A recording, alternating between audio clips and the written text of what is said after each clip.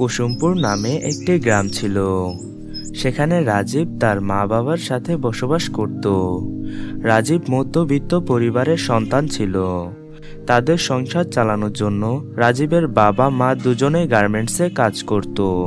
সেখান থেকে তারা যা টাকা পেত তা দিয়েই তাদের সংসার চলত। একদিন কোনো একটি কারণে গার্মেন্টসে আগুন ধরে যায়। তখন সেখান থেকে অনেক লোক আহত অবস্থায় কোনো মতে বেরিয়ে আসে, কিন্তু সেখান থেকে রাজীবের মা বাবা বের হতে পারেনি, তার ভেতরেই মারা যায়। এটা দেখে রাজীব খুব কান্না করতে থাকে। এর পরদিন রাজীবের চাচা চাচি রাজীবকে তাদের বাড়িতে নিয়ে যায়। যখন রাজীবের চাচা ঘরে না থাকতো তখন রাজীবের চাচি রাজীবকে দিয়ে অনেক কষ্টের কাজ করাতো। রাজীবের একটি চাচাতো ভাই ছিল, তার নাম ছিল ইমন। সে সব সময় রাজীবকে কারণে অকারণে মারধর করত। একদিন রাজীব তাদের খাবারের থালা বাসন পরিষ্কার করছিল, তখন হঠাৎ তার হাত থেকে একটি প্লেট নিচে পড়ে ভেঙে যায়। তখন ইমন এসে এসব দেখে রাজীবকে অনেক মারধর করতে থাকে এবং বলতে থাকে, ওই তুই আমাদের প্লেটগুলো ভাঙছিস কেন? মা বাবা কি তোকে জিনিসপত্র ভাঙার জন্য এনেছে? একথা সে কথা বলে ইমন রাজীবকে বকতে থাকে। তখন রাজীব বলল, না ইমন, আমি এটা ইচ্ছে করে ভাঙিনি, আমার হাত থেকে হঠাৎ করে পড়ে ভেঙে গেছে। এভাবে রাজীবের দিন কাটছিল। এরপর দিন ইমন তার মাকে বলল, মা, আমার তো কালকে জন্মদিন, তাহলে আমাদের বন্ধু বান্ধব সকলকে কালকে আমাদের বাড়িতে আসতে বলি। আরে আমার আদরের ছেলে, আমার তো মনেই নেই যে তোর কালকে জন্মদিন। তুই না মনে করিয়ে দিলে আমি তো জানতেই পারতাম না। তাহলে আমার জন্মদিনের কেক কেনার জন্য টাকা দাও, আমি অনেক বড় একটা কেক কিনবো। আমাকে অনেক টাকা দেওয়া লাগবে কিন্তু। এই নে তোর কেকের টাকা, ভালো দেখে কেক আনবি, ঠিক আছে? আচ্ছা মা, তাহলে আমি যাচ্ছি।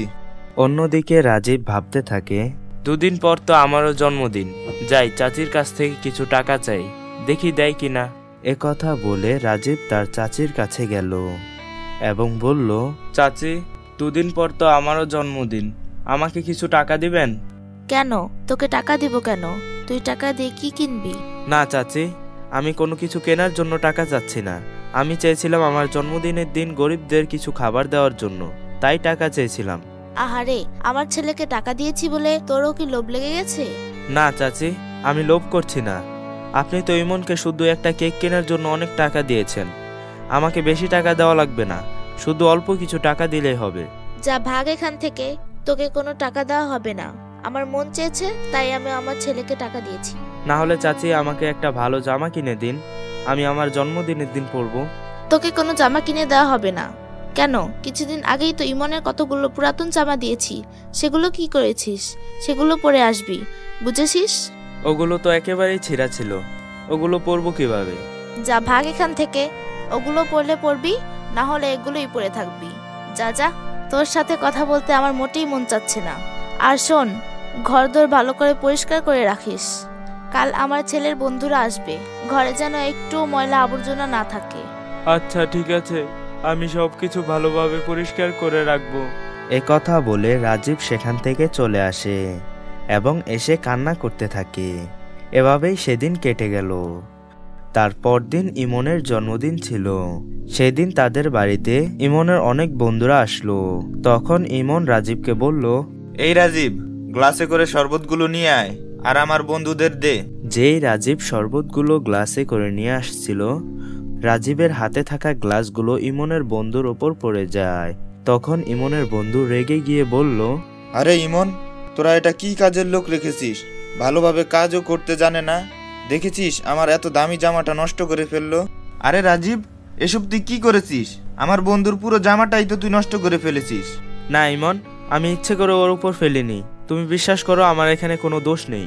আমি জানি তো, মা তোকে তোর জন্মদিন পালন করার জন্য টাকা দেয়নি তো, সেজন্যই তুই আমার মান সম্মান নষ্ট করার জন্য এসব করছিস। এভাবেই তারা সবাই রাজীবকে অনেক অপমান করতে থাকে। তখন রাজীব লজ্জা পেয়ে সেখান থেকে চলে যায় এবং একটি ঘন জঙ্গলে এসে বসে পড়ে। সেখানে সে অনেক জোরে জোরে কান্না করতে থাকে। মা, বাবা, তোমরা কোথায়? আমাকেও তোমাদের সাথে নিয়ে যাও। চাচি আর ইমন আমার উপর অনেক অত্যাচার করে, ওদের অত্যাচার আর আমার ভালো লাগে না, আমাকে তোমাদের সাথে তোমাদের কাছে নিয়ে যাও। এভাবে রাজীব কান্না করতে থাকে। তখন রাজীব ঝোপঝাড় থেকে একটি শব্দ শুনতে পায়। বাঁচাও, আমাকে বাঁচাও, এখানে কি কেউ আছো? বাঁচাও, এই শয়তানটা আমাকে মেরেই ফেলবে। রাজীব এইসব শুনে ঝোপঝাড়ের ভেতরে যায় এবং দেখে একটি ডাইনি একটি পরীকে মেরে ফেলছে। তখন রাজীব পেছন থেকে ডাইনিটির ওপর ঝাঁপিয়ে পড়ে এবং অনেক মারধর করতে থাকে। যখন ডাইনিটি জ্ঞান হারলো তখন রাজীব ডাইনিটিকে ছেড়ে দিল এবং রাজীব পরীটিকে গিয়ে উদ্ধার করলো। তখন পরীটি রাজীবকে বলল, আমাকে বাঁচানোর জন্য অনেক ধন্যবাদ, তুমি আমার অনেক উপকার করলে। এবার বলো তুমি কি চাও? না, আমার কিছু লাগবে না। আমি জানি তোমার অনেক কষ্ট, তোমার চাচি আর তোমার চাচাতো ভাই তোমাকে অনেক কষ্ট দেয়, আর 2 দিন পর তো তোমার জন্মদিন। তুমি এইসব কথা কিভাবে জেনেছো? আমি মানুষের মনের কথা জানতে পারি। এই নাও, তোমাকে একটি সোনার কেকের ঘর উপহার দিলাম। এখন থেকে তুমি এখানেই থাকবে, ঠিক আছে? হ্যাঁ, আমার ওদের সাথে থাকতে মোটেও মন চায় না। আজ থেকে আমি এখানেই থাকবো। এই ঘরের মধ্যে অনেক ধন সম্পত্তি রাখা আছে, সেগুলো দিয়ে তোমার অনেক বছর চলে যাবে, তোমার আর কোনো কাজ করতে হবে না। তখন সেই পরীটি সেখান থেকে চলে যায় এবং রাজীব সেই সোনার কেকের ঘরের ভিতর প্রবেশ করে এবং দেখে তার ভিতরে অনেক ধন সম্পত্তি রাখা আছে। সে সেগুলো দেখে খুব খুশি হয়ে যায়। রাজীব তখন থেকে সিদ্ধান্ত নেয় এই টাকা দিয়ে গরিব দুঃখীদের সাহায্য করবে। তখন থেকে রাজীব সেই টাকা দিয়ে গরিব দুঃখীদের সাহায্য সহযোগিতা করতে শুরু করে। একদিন ইমন তার মাকে বলল, মা, তুমি কি জানো রাজীব অনেক বড়লোক হয়ে গেছে? কি? তুই এত সব কিভাবে জানলি? আরে মা, আমি খবর পেয়েছি ও নাকি পাশের গ্রামে একটি সোনার কেকের বাড়িতে থাকে, আবার সে নাকি গরিবদের অনেক সাহায্য সহযোগিতা করে। ও এত টাকা পেল কোথায়? ওকে নাকি কোনো এক পরী উপহার দিয়েছে। তাহলে তো ওর কাছে অনেক টাকা পয়সা আছে। মা, তাহলে চলো আমরা সেগুলো চুরি করে নিয়ে আসি। হ্যাঁ, তাহলে আমরা কালকেই যাব ওই টাকা আনতে। তখন ইমন ও তার মা এইসব ভেবে পরদিন রাজীবের বাড়িতে আসে। তারা দেখে সেই বাড়িতে কেউ নেই। তখন রাজীব গরিব দুঃখীদের সাহায্য সহযোগিতা করতে গিয়েছিল। কিরে, ঘরে তো কেউই নেই। এতে তো আমাদেরই ভালো হয়েছে, ও জানতেও পারবে না যে আমরা টাকাগুলো এসে নিয়ে গেছি। হ্যাঁ, তুই তো ঠিকই বলেছিস। যেই ওরা দুজন টাকা পয়সার দিকে হাত বাড়ায় তখন সেখান থেকে একটি সাপ বের হয় এবং তাদের দুজনকে মেরে ফেলে। এর কিছুক্ষণ পর যখন রাজীব ঘরে আসে তখন সে দেখতে পায় তার চাচি আর ইমন সেখানে পড়ে আছে। তখন রাজীব ভাবতে থাকে, ওরা এখানে এই অবস্থায় পড়ে আছে কেন, আর এখানে এসেছে বা কি জন্য? তখন সেখানে সেই পরীটি আসলো এবং বলল, রাজীব, ওরা এসেছিল তোমার ধন সম্পত্তি চুরি করার জন্য, তাই ওদের শাস্তি হিসেবে আমি ওদের মেরে ফেলেছি। তোমার তো আজ জন্মদিন, আসো আমরা দুজন মিলে তোমার জন্মদিন পালন করি। তখন পরী এবং রাজীব মিলে তাদের জন্মদিন পালন করে। সেখানে তারা দুজন খুব আনন্দ করতে থাকে। এর কিছুক্ষণ পর পরী সেখান থেকে চলে যায় এবং রাজীব তখন থেকে খুব সুখে শান্তিতে বসবাস করতে লাগলো।